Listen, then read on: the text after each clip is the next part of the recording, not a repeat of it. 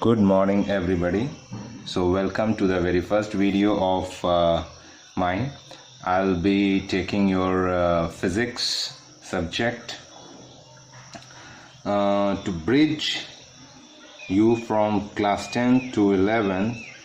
We'll be starting up with the bridge course. Before we start off with the bridge course, I want to tell you that I am not a professional YouTuber, nor I am highly techno savvy, so my videos might not be up to that level what you generally have ever seen in the YouTube channels, but I will try to fulfill your requirement, and I will try that the things will go in a very easy and nice manner, so that you never feel threatened by this subject. So before we start off in the bridge course, we will be discussing about that part of the mathematics which means mostly you will find in physics, that is different, calculus. The calculus is divided into two parts. That will be the calculus will be divided into two parts. First is your differential calculus,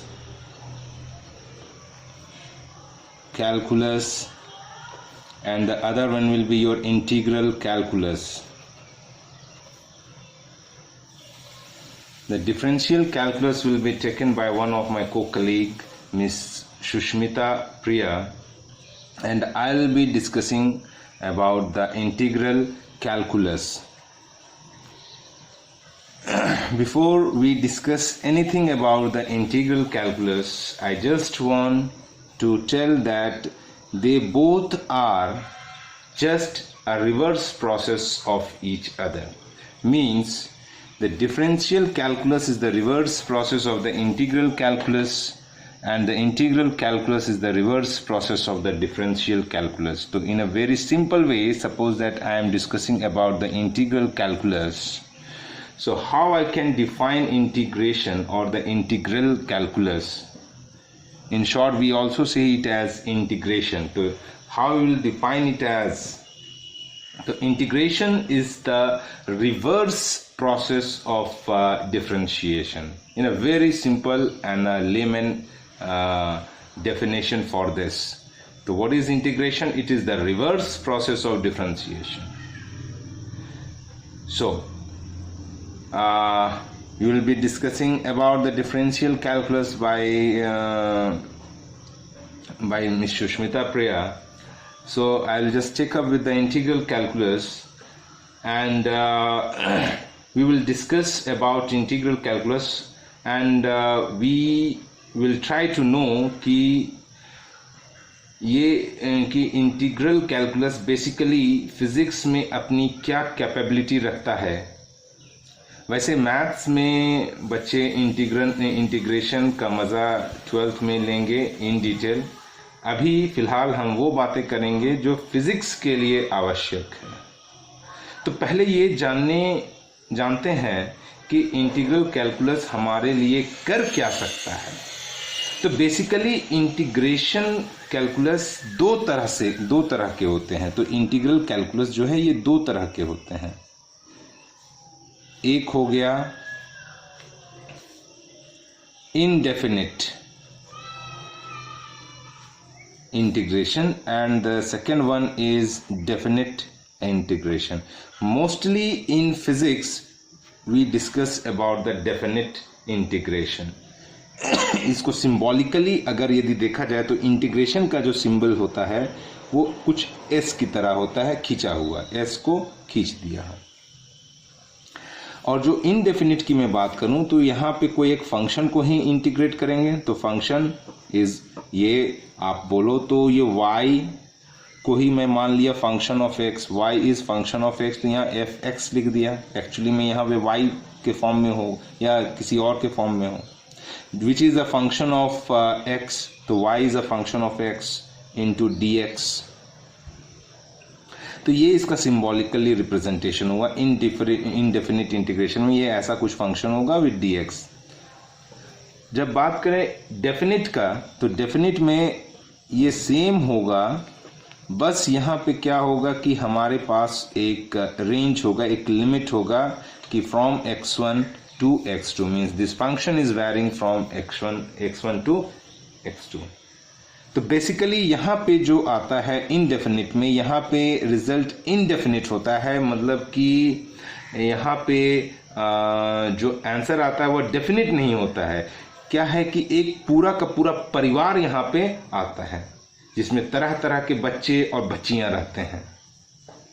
for example मैं बात करूं, जैसे family of curve ले लूं, या फिर मैं एक कर्व बोले तो वो स्ट्रेट लाइन भी एक प्रकार का कर्व ही हो गया, है ना। कर्व कहने का मतलब कि एक ग्राफिकल रिप्रेजेंटेशन में कोई भी आप लाइन ड्रॉ करते हैं या सर्कल ड्रॉ करते हैं या फिर जो चीज़ भी बनाते हैं, तो दैट इज योर कर्व। तो जैसे हम लोग बोले फैमिली ऑफ कर्व, या हम लोग सिंपल सा बात करते हैं, एक एग्जांपल लेते हैं कि family of circle suppose that.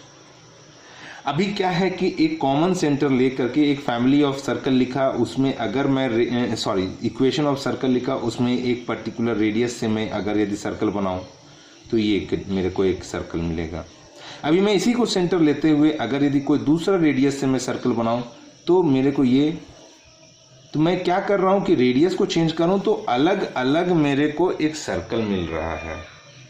Means इसका एक इक्वेशन होगा जिसमें हम लोगों ने ये वैल्यूज चेंज किया तो मेरे को अलग अलग एक सर्कल मिल रहा है। तो हम लोग कह सकते हैं कि these all are the family of circle. इसको थोड़ा फील कराने के लिए हम लोग थोड़ा इसको एक्सटेंड करते हैं, और मैं ऐसा करता हूं कि एक इक्वेशन सपोज दैट मैं लिखता हूं, एक स्ट्रेट लाइन इक्वेशन लेता हूं, suppose that y equal to 2x plus 3। ये स्ट्रेट लाइन इक्वेशन है जो कि इस फॉर्म में लिखा हुआ y equal to mx plus c। I hope ये आप लोगों ने पढ़ा होगा, जहां पे ये स्लोप इसका m इक्वल टू 2 है और यहाँ पे जो ये c है ये कांस्टेंट है, ये 3 के बराबर है। तो इसको अगर यदि मैं प्लॉट करूं, इसके ग्राफ को मैं प्लॉट करूं, तो मेरे को कुछ इस तरह का कर्व मिलेगा, और एक ही कर्व मिलने वाला है क्योंकि c की वैल्यू यहाँ पे फिक्स है। ये कुछ इस तरह का मेरे को एक कर्व मिलने वाला है, ये मेरे को कुछ इस तरह का कर्व मिलने वाला, बस एक ही कर्व मिलने वाला है मेरे को। लेकिन इस इक्वेशन को ही मैं अगर इस फॉर्म में लिखूं, यहाँ पे क्या है, ये डेफिनिट है। डेफिनिट है कहने का मतलब कि एक ही लाइन मेरे को मिलने वाला है। ये आप इसमें x के डिफरेंट वैल्यूज को पुट करेंगे तो आप देखोगे कि आपको केवल एक लाइन मिल रहा है जो कि ऐसा मिलेगा। ये सपोज दैट y है एंड दिस इज x।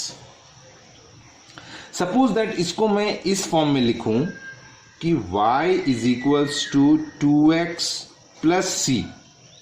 तो ये क्या है, ये जो आया हमारा ये एक डेफिनिट था, लेकिन ये जो आया है ये पूरा का पूरा एक फैमिली आ गया। पूरा का पूरा एक फैमिली आ गया मीन्स यहां पे c की वैल्यूज चेंज करते चले जाएं। c can be 1, c can be 2, c can be 3, c can be 0, c can be -1, c can be -2, c can be -3। c means not c, this c। तो इसको अगर यदि मैं प्लॉट करूं c के डिफरेंट वैल्यूज को, तो मेरे को क्या मिलेगा, एक कर्व ऐसा मिलेगा, एक कर्व ऐसा मिलेगा, एक कर्व ऐसा मिलेगा। c पॉजिटिव लेते चले जाएं तो, नेगेटिव लेते चले जाएं तो ऐसा मिलेगा, ऐसा मिलेगा, ऐसा मिलेगा। पर इसमें कॉमन क्या होगा, ये सारे के सारे पैरेलल होंगे। क्यों? क्योंकि सबका स्लोप सेम है। पर यहाँ पे हमको क्या मिला, ये एक फैमिली ऑफ स्ट्रेट लाइंस मिल गए। तो इसे ही कहते हैं family of straight line which is parallel to each other.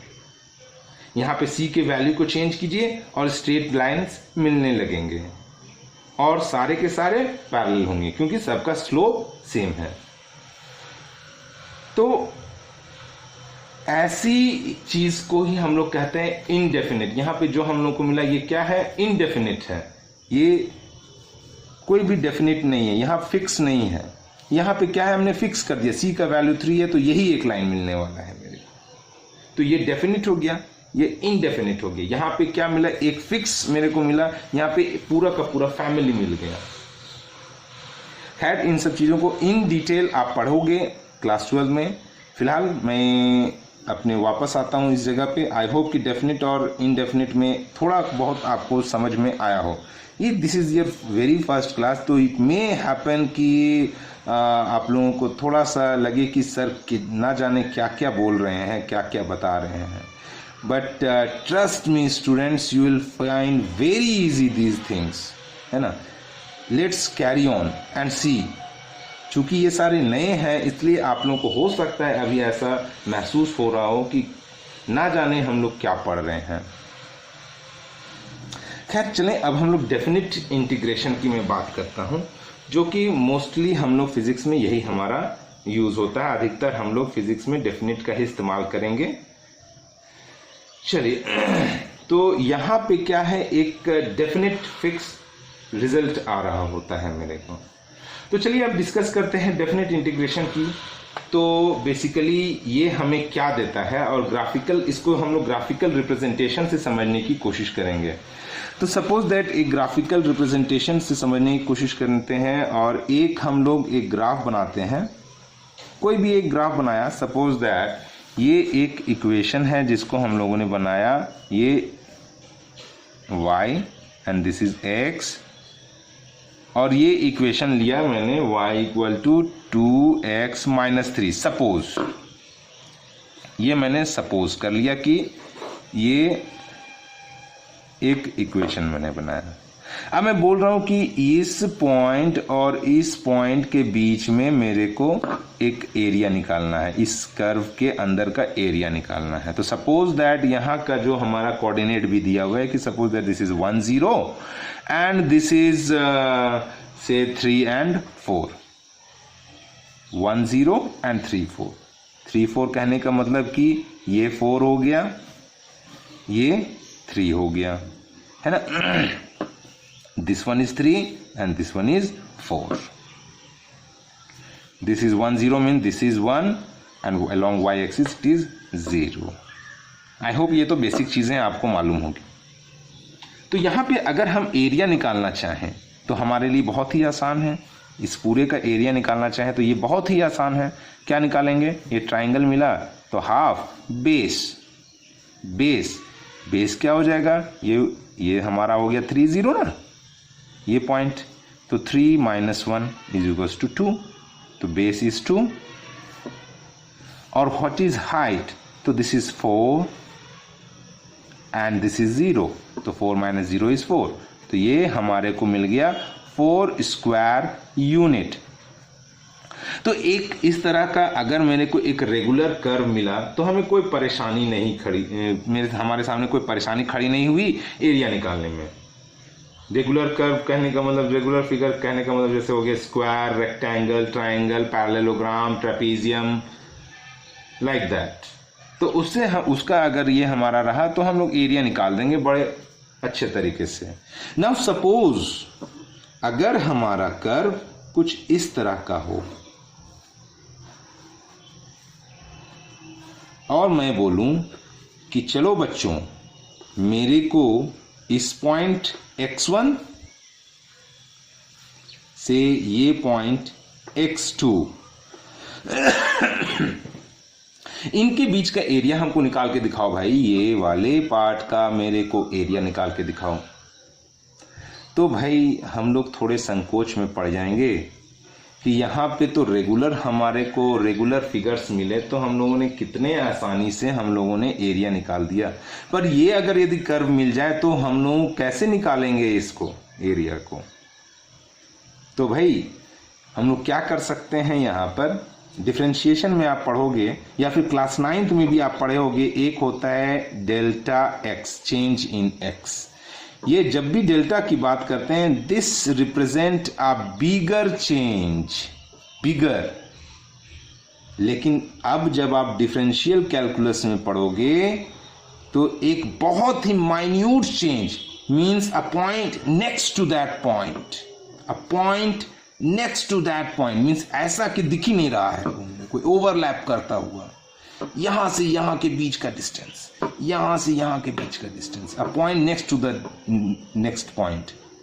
तो वो जो डिस्टेंस हो जाएगा, क्या उसमें कर्व नेचर रहा? अगर मैं बोलूं कि एक पॉइंट और इसके जस्ट बगल का दूसरा पॉइंट, क्या उसमें कर्व नेचर रहा? बोलेंगे नहीं, वो लॉस्ट कर गया। क्यों? क्योंकि बहुत ही माइन्यूट सा डिफरेंस है, बहुत ही माइन्यूट सा चेंज है, डिस्टेंस का डिफरेंस है। तो उस स्मॉल चेंज को कहते हैं dx, elementary, very elementary change. एक small change means a point next to this point, है ना। तो क्या यहाँ पे कर्व नेचर है? कर्व नेचर वैनिश हो गया। वहां पे क्या आएगा? एक स्ट्रेट लाइन मिल जाएगा। एक पॉइंट और दो पॉइंट के वैसे बीच में भी क्या आने वाला है? कोई कर्व तो बनता नहीं है दो पॉइंट के बीच में। दो पॉइंट के बीच में बनता है स्ट्रेट लाइन, और वो दो पॉइंट जो एक के बगल में एक है ना, एक के जस्ट बगल में दूसरा। तो ये बहुत ही smaller change, very small change. तो ये दो पॉइंट के बीच का डिस्टेंस, इसको थोड़ा मैं बड़ा करके मैं दिखाता हूं। हालांकि है ये बहुत ही छोटा सा, ये है बहुत छोटा सा, लेकिन थोड़ा मैं इसको मैग्नीफाइड वे में दिखाता हूं। तो इसमें अगर यदि मैं लूं a point next to this point, इसको थोड़ा मैग्नीफाई कर दिया मैग्नीफाइंग ग्लास से, तो ये मेरे को कर्व नेचर तो खत्म हो गया हमारा। तो ये अगर यदि इसको मैं कवर कर दूं, शैडो कर ये कलर कर दूं, तो ये एक्चुअली में मेरे को क्या मिला? एक ये मेरे को मिला एक रेक्टेंगल, और इस रेक्टेंगल का एरिया, ये हम लोगों ने ये ले लिया, ये लेंथ हो गया, ब्रेड्थ हो गया ये dx, और ये लेंथ हो गया यहां तक का y जो है, यही फंक्शन ऑफ x, ये y ही तो बताना है ना। तो इसका एरिया निकालें तो क्या आएगा? a1 is equals to y into dx, y into dx, या कह सकते हैं a1 is equals to fx dx। y is nothing but the function of x, y is nothing but the function of x।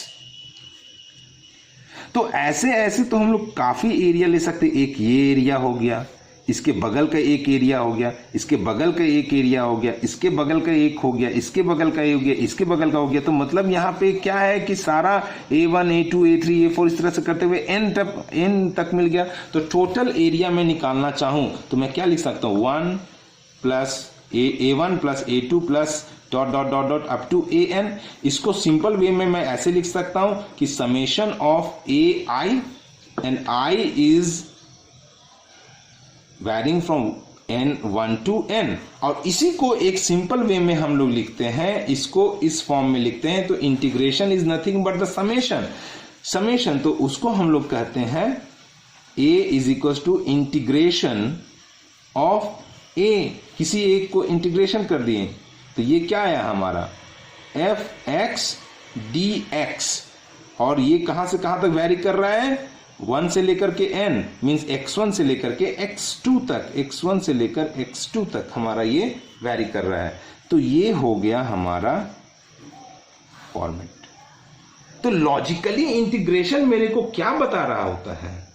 तो logically integration हमारे को एक logically definite integration, basically definite integration यहाँ पे क्या रहा है कि ये हमको एक एरिया बताता है। एरिया कहने का मतलब कि नॉट दैट स्क्वायर यूनिट वाला एरिया, एरिया कहने का मतलब कर्व का अगर एरिया निकालोगे तो वही हमारा इंटीग्रेशन होगा। कर्व जरूरी नहीं है कि ये दोनों लेंथ ही हो ना, ये दोनों साइड लेंथ ही हो ऐसा तो जरूरी नहीं है। ये कुछ भी हो सकता है, ये वेलोसिटी हो सकता है, ये टाइम हो सकता है, means area under the curve. तो integration is just giving the area under the curve. तो वही मैं बोल रहा था कि जो डेफिनेट में आता है वह एरिया होता है, और एरिया तो फिक्स होता है ना, that's why it is definite. यहां पे जो डेफिनेट में ये क्या है? एरिया फिक्स है, इसलिए तो उसको हम लोग डेफिनेट बोल रहे हैं, क्योंकि एरिया डेफिनेट फिक्स है, वो हमारे को आएगा। अगर जो इंडेफिनिट होता है उसमें हमारे को सी टाइप का मिलता है, जो इनडेफिनिट होता है उसमें हमको सी टाइप का मिलता है, एक फैमिली मिलता है, सी का वैल्यू चेंज करिए और अनगिनत फैमिलीज बनाइए, उसके बच्चे बच्चियां बनाइए। तो हम लोगों को कंसेप्चुअली यहाँ क्या डेफिनिट इंटीग्रेशन में हम लोग क्या निकाल रहे होते हैं, तो area under the curve means graphically अगर बात करें तो हम लोग क्या निकाल रहे होते हैं, ग्राफिकली इसका लॉजिक क्या है कि हम लोग इंटीग्रल कैलकुलस में हम लोग क्या निकाल रहे होते हैं, एरिया, है ना। और हम लोगों ने क्या पढ़ा है इंटीग्रेशन को, it is a reverse process of differentiation, है ना। तो डेफिनिट में हम लोग क्या लॉजिकली निकालते हैं, ग्राफिकली इसका कंसेप्ट है कि हम लोग क्या निकाल रहे होते हैं, area under the curve, and उसका डेफिनेशन क्या होता है, it is basically the reverse process of differentiation. Means किसी एक फंक्शन को डिफरेंशिएट करके हम लोगों ने कुछ फंक्शन निकाला, तो उस नए फंक्शन को इंटीग्रेट कर दें तो पुराना फंक्शन निकल जाएगा। जैसे कि इसके डेफिनेशन की मैं बात करूं, जो डेफिनेशन होता है इसका कि अगर मैंने fx को डिफरेंशिएट किया, देखिए डिफरेंशिएशन का ये सिंबल होता है, d by d x is the symbol of differentiation, ये बताता है कि हम लोगों ने डिफरेंशिएट किया, तो ये इसका फर्स्ट ऑर्डर डिफरेंशिएशन मिला, है ना। मैंने इस फंक्शन को हमने डिफरेंशिएट किया तो ये हमको फर्स्ट ऑर्डर डिफरेंशिएशन मिला। अगर यदि इसका रिवर्स प्रोसेस करने मीन्स इस फंक्शन को अगर मैं इंटीग्रेट कर दूं तो दोबारा से हमको क्या मिलेगा, ये फंक्शन मिल जाने वाला है। और चूंकि यहाँ पे हमारा इनडेफिनिट है तो एक फैमिली मिलेगा, तो उसके लिए हम लोग सी को ऐड कर देंगे यहाँ पे। ये इसका बेसिक लॉजिक हुआ डेफिनेशन, और मीन्स डेफिनेशन से क्या कंसेप्ट कहता है और ग्राफिकली इसका क्या लॉजिक है। थोड़ा डिफरेंशिएशन का एक जनरल फार्मूला का बात करें, उसके बाद फिर हम लोग आगे बढ़ेंगे और कुछ फार्मूले देखेंगे इंटीग्रेशन के। जैसे कि एक है डिफरेंशिएशन का जनरल फार्मूला जो होता है, डिफरेंशिएशन का जो जनरल फार्मूला होता है, जैसे x n d by d x of x n अगर यदि कर रहे होते तो इसका फॉर्मूला होता है n x to the power n minus one. तो अगर यदि इसको हम इंटीग्रेट कर दें तो हमारे को दोबारा मिल जाना चाहिए। कहने का मतलब कि अगर हम इसको इंटीग्रेट कर दें तो हमारे को दोबारा से एक्स एन मिल जाना चाहिए, और चूंकि यहाँ पे इनडेफिनिट है तो एक इसको फैमिली मिल जाएगा। उसी तरह से काफी सारे भी और फॉर्मूलेज हैं। चलिए अब इसको एक सॉल्व करके देखते हैं एक क्वेश्चन से। जैसे सपोज दैट एक मेरा कोई ले लेते हैं फंक्शन की, चलिए एक्स स्क्वायर सिंपल लेते हैं, एक्स क्यूब ले लेते हैं, चलिए D by d x of x cube. इसका और भी आगे इलेबोरेटेड फॉर्म है, ये ऐसा नहीं है कि यहीं पे खत्म हो जाता है डिफरेंशिएशन, वो आगे इन डिटेल आप काफ़ी सारी चीज़ पढ़ेंगे उसमें। फिलहाल हम इसमें बता दे रहे हैं एक सिंपल सा कंसेप्ट कि इस लॉजिक का यहाँ पे क्या, इस फॉर्मूला का कैसे यूज़ करेंगे। तो suppose D by d x of x cube है, तो इसको अगर यदि मैं इंटीग्रेट करूँ तो ये क्या मेरे को मिल जाएगा, एन की जगह में हमारा है 3x 3 माइनस 1, तो you will get 3x square. एक इंटीग्रेशन का हमारे को एक जनरल फॉर्मूला देखा जाए, इंटीग्रेशन का जनरल फॉर्मूला इस फॉर्म में जो होता है वो होता है जैसे integration of x and d x है, तो इसका जो फॉर्मूला होता है x raise to the power, the power will be raised by 1 means increase by 1 n plus 1 by n plus 1, और चूंकि ये इनडेफिनिट है तो यहाँ पे एक फैमिली बनाने के लिए।